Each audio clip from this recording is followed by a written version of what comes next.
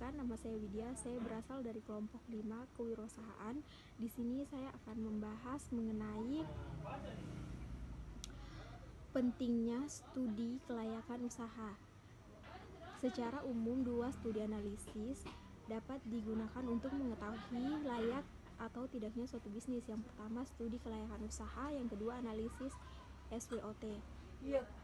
Yang pertama di sini ada kewirausahaan atau pemilik perusahaan, yang kedua investor dan penyandang dana, yang ketiga pihak masyarakat dan pemerintah, yang keempat, maksud saya di bagian B ada tahap proses studi kelayakan usaha.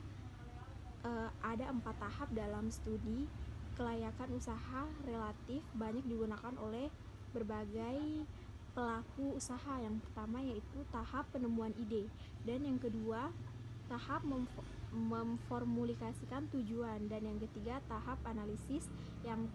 Tahap analisis dibagi menjadi 2, yaitu aspek pasar, aspek teknik produksi atau operasi, dan maksud saya dibagi menjadi 4. Dan yang ketiga aspek manajemen atau pengelolaan, yang keempat aspek finansial dan keuangan, yang keempat tahap keputusan. C. Analisis aspek usaha. Seperti telah dikemukakan sebelumnya, bahwa untuk mengetahui layak atau tidak bisnis dilakukan harus berdasarkan analisis berbagai aspek. Bagaimana cara mengetahui aspek-aspek yang dimaksud layak atau tidak? Berikut diuraikan beberapa kriteria. 1.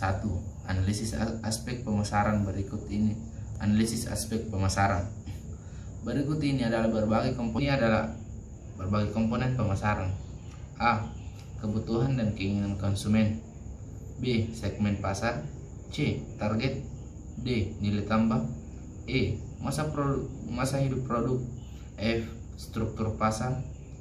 G. Pesaing dan strategi pesaing. H. Ukuran pasar. I. Pertumbuhan pasar. J. Laba kotor. Dan K. Pangsa pasar. Dan analisis yang kedua, analisis aspek produksi dan operasi. Analisis dalam aspek produksi adalah untuk menilai kesiapan perusahaan dalam menjalankan usahanya dengan menilai ketetapan lokasi, yang layout, serta kesiagaan mesin yang digunakan. Menurut Kasmir, tujuan yang hendak dicapai dalam penilaian aspek produksi adalah yang pertama, agar perusahaan dapat menentukan lokasi yang tepat. Yang kedua, agar perusahaan dapat menentukan layout yang sesuai dengan proses produksi yang dipilih sehingga memberikan efisiensi. Ketiga, agar perusahaan dapat menentukan teknologi yang tepat dalam menjalankan produksinya. Keempat, agar perusahaan dapat menentukan metode perusahaan yang paling baik. Kelima, agar dapat menentukan kualitas tenaga kerja yang dibutuhkan sekarang dan masa yang akan datang. Keenam, beberapa jumlah tenaga kerja yang diperlukan dan beberapa spekulasi karyawan yang diperlukan dan bagaimana kualifikasinya. Ketujuh, layout, tata ruang dan tata letak berbagai fasilitas operasi. 3. Analisis aspek manajemen. Manajemen merupakan pencapaian sasaran-sasaran organisasi dengan cara yang efektif dan efisien melalui perencanaan, pengorganisasian, kepemimpinan, dan pengendalian sumber daya. Aspek manajemen dalam studi kelayakan bisnis menyangkut pada pembangunan dan pengembangan operasi perusahaan. Aspek manajemen memiliki cakupan yang sangat luas, mulai dari manajemen sumber daya manusia hingga manajemen finansial perusahaan. Semua hal terkait dengan bagaimana operasional perusahaan dapat dijalankan, termasuk aspek manajemen dalam studi kelayakan bisnis. 4. Aspek keuangan dalam studi kelayakan bisnis. Komponen yang dianalisis dalam aspek keuangan adalah 1. Kebutuhan dana. 2. Sumber dana. 3. Proyeksi neraca. 4. Proyeksi laba rugi. Dan kelima, proyeksi aliran kas. Di sini saya akan membahas tahapan proses studi kelayakan usaha. Yang saya bahas ada 2, yaitu tahapan penemuan ide atau perumusan gagasan. Yang kedua ada tahapan memformulasikan tujuan. Yang pertama, tahapan penemuan ide atau perumusan gagasan. Tahapan pertama dalam studi kelayakan yaitu harus dimulai dengan menentukan satu atau beberapa ide bisnis yang memiliki prospektif. Jika terdapat lebih dari satu ide, maka ide bisnis yang akhirnya akan dieksekusi yang harus dipilih dengan mempertimbangkan beberapa hal seperti hal teknis yang harus ditempuh serta potensi laba yang akan diraih kelak, sehingga tidak ada sia-sia ide tersebut dibuat dan dijalankan. Yang kedua ada tahapan memformulasikan tujuan. Secara umum, memformulasikan strategi adalah proses penyusunan langkah-langkah ke depan yang dimaksud untuk membangun visi dan misi organisasi, menetapkan tujuan strategis dan keuangan perusahaan, serta merancang sebuah strategi untuk mencapai sebuah tujuan-tujuan tersebut untuk merangkai penyediaan consumer follow terbaik. Selanjutnya, tahapan selanjutnya. Baik, perkenalkan nama saya Megawati Rustan. Di sini saya akan melanjutkan pemaparan yang disampaikan oleh pemateri sebelumnya. Saya akan membahas mengenai tahap analisis. Adapun definisi dari tahap analisis adalah suatu proses sistematis yang dilakukan untuk membuat suatu keputusan apakah suatu bisnis tersebut layak digunakan atau dapat dilaksanakan atau go ataupun tidak layak dilaksanakan atau no go. Adapun tahap atau aspek analisis, tahap aspek analisis pertama yaitu aspek pasar, kedua aspek teknik produksi atau operasi, ketiga aspek manajemen atau pengelolaan, keempat aspek finansial ataupun keuangan. Nah, setelah ada tahap analisis, selanjutnya kita beralih ke tahap keputusan.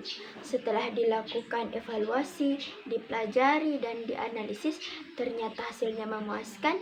Nah, tahap selanjutnya adalah pengambilan keputusan. Apakah suatu usaha tersebut layak dilaksanakan atau tidak layak dilaksanakan? Maka beberapa kriteria keputusan usaha biasanya digunakan berdasarkan kriteria investasi. Pertama itu ada payback period atau disingkat PBP, net present value atau NPV, kemudian internal rate of return atau disingkat IRR, benefit cost ratio atau disingkat net BCR, dan sebagainya. Nah, secara ringkas, tahap proses studi kelayakan menunjukkan pada diagram berikut.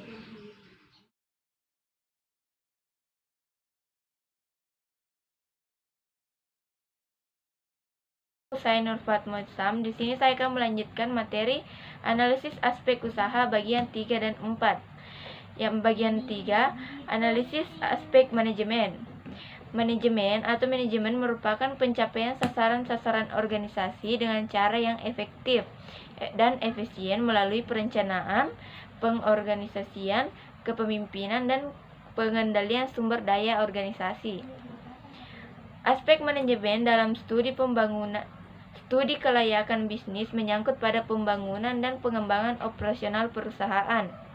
Aspek manajemen memiliki cakupan yang sangat luas, mulai dari manajemen sumber daya manusia hingga manajemen finansial perusahaan. Semua hal yang terkait dengan bagaimana operasional perusahaan dapat dijalankan termasuk pada aspek manajemen dalam studi kelayakan bisnis. Bagian 4. Aspek keuangan dalam studi kelayakan bisnis. Komponen yang dianalisis dalam aspek keuangan adalah kebutuhan dana, sumber dana, proyeksi neraca, proyeksi laba rugi, proyeksi aliran kas. Yang ketiga, analisis aspek manajemen. Manajemen adalah pencapaian sasaran-sasaran organisasi dengan efisien dan efektif melalui perencanaan, pengorganisasian, kepemimpinan, dan pengendalian sumber daya organisasi. Aspek manajemen dalam studi kelayakan bisnis menyangkut pada pembangunan dan pengembangan operasional perusahaan. Yang keempat, aspek keuangan dalam studi kelayakan bisnis. keuangan merupakan salah satu fungsi bisnis yang bertujuan untuk membuat keputusan-keputusan investasi, pendanaan, dan dividen. Aspek keuangan dalam studi kelayakan bisnis menyangkut pada besaran modal dan sumber dana yang akan digunakan dalam memulai perusahaan, serta kapan dan bagaimana modal itu akan dikembalikan. Jika diuraikan, maka aspek keuangan dalam studi kelayakan bisnis terbagi, yaitu yang pertama, kebutuhan dana dan sumbernya. Yang kedua, aliran cash. Yang ketiga, biaya modal seperti biaya utang dan biaya modal sendiri. Keempat, perihal kepekaan seperti pemilihan investasi, seperti pilihan leasing atau beli, dan urutan prioritas proyek bisnis. Kriteria kelayakan investasi usaha. Dalam hal ini akan ada dua hal yang akan saya sampaikan, yaitu payback period dan net present value dari proceed. Langsung saja akan saya mulai. Dalam rangka usaha memulai suatu usaha atau proyek, maka wirausaha harus meninjaunya atas dasar kriteria tertentu untuk menilai apakah proyek tersebut akan visible atau menguntungkan atau tidak menguntungkan. Visibilitas suatu proyek dapat diukur dengan menggunakan beberapa kriteria. Antara lain, yang pertama, payback period atau PBP.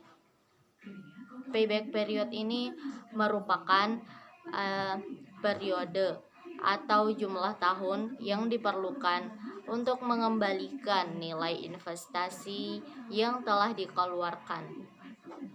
Payback period dalam bahasa Indonesia dapat juga disebut dengan periode pengembalian modal. Para investor atau pengusaha sering menggunakan payback period atau periode pengembalian modal ini sebagai penentu dalam mengambil keputusan investasi, yaitu keputusan yang menentukan apakah menginvestasikan modalnya ke suatu proyek ataukah tidak. Cara menghitung payback period. Payback period ini atau periode pengembalian modal dapat dihitung dengan cara membagikan nilai investasi atau cost of investment dengan aliran kas bersih yang masuk per tahun. Rumus payback period ini antara lain payback period sama dengan nilai investasi per kas masuk bersih. Rumus ini mengasumsikan bahwa besarnya kas masuk bersih adalah sama pada setiap periode atau sama pada setiap tahunnya. Yang kedua adalah net present value dari proceed. Net present value dari proceed merupakan sisa hasil pengurangan atau present value dari nilai sekarang dari proceed tersebut dengan outlay atau pengeluaran. Dalam hal ini berarti nilai investasi. Hasil pengurangan tersebut adalah berupa net present value of proceed. Apabila net present value atau NPV ini positif, berarti investasi tersebut menguntungkan. Sebab dalam hal itu berarti terdapat sisa hasil di atas pengeluarannya. Sedangkan apabila negatif berarti tidak menguntungkan. NPV ini adalah kriteria terpenting dalam evaluasi sebuah investasi yang merupakan tujuan manajemen keuangan semua perusahaan untuk meningkatkan atau menciptakan nilai tambah bagi para pemegang saham. NPV adalah selisih jumlah kas yang dihasilkan sebuah proyek investasi dan nilai investasi yang diperlukan atau selisih PV dari sebuah proyek dan investasi awal. Adapun kelebihan dari NPV ini adalah yang pertama, memperhatikan nilai waktu daripada uang. Yang kedua, mengutamakan aliran kas yang lebih awal. Yang ketiga, tidak mengabaikan aliran kas selama periode proyek atau investasi. Kemudian kelemahannya adalah yang pertama, dia memerlukan perhitungan cost of capital sebagai discount rate. Kemudian yang kedua, lebih sulit penerapannya daripada payback period.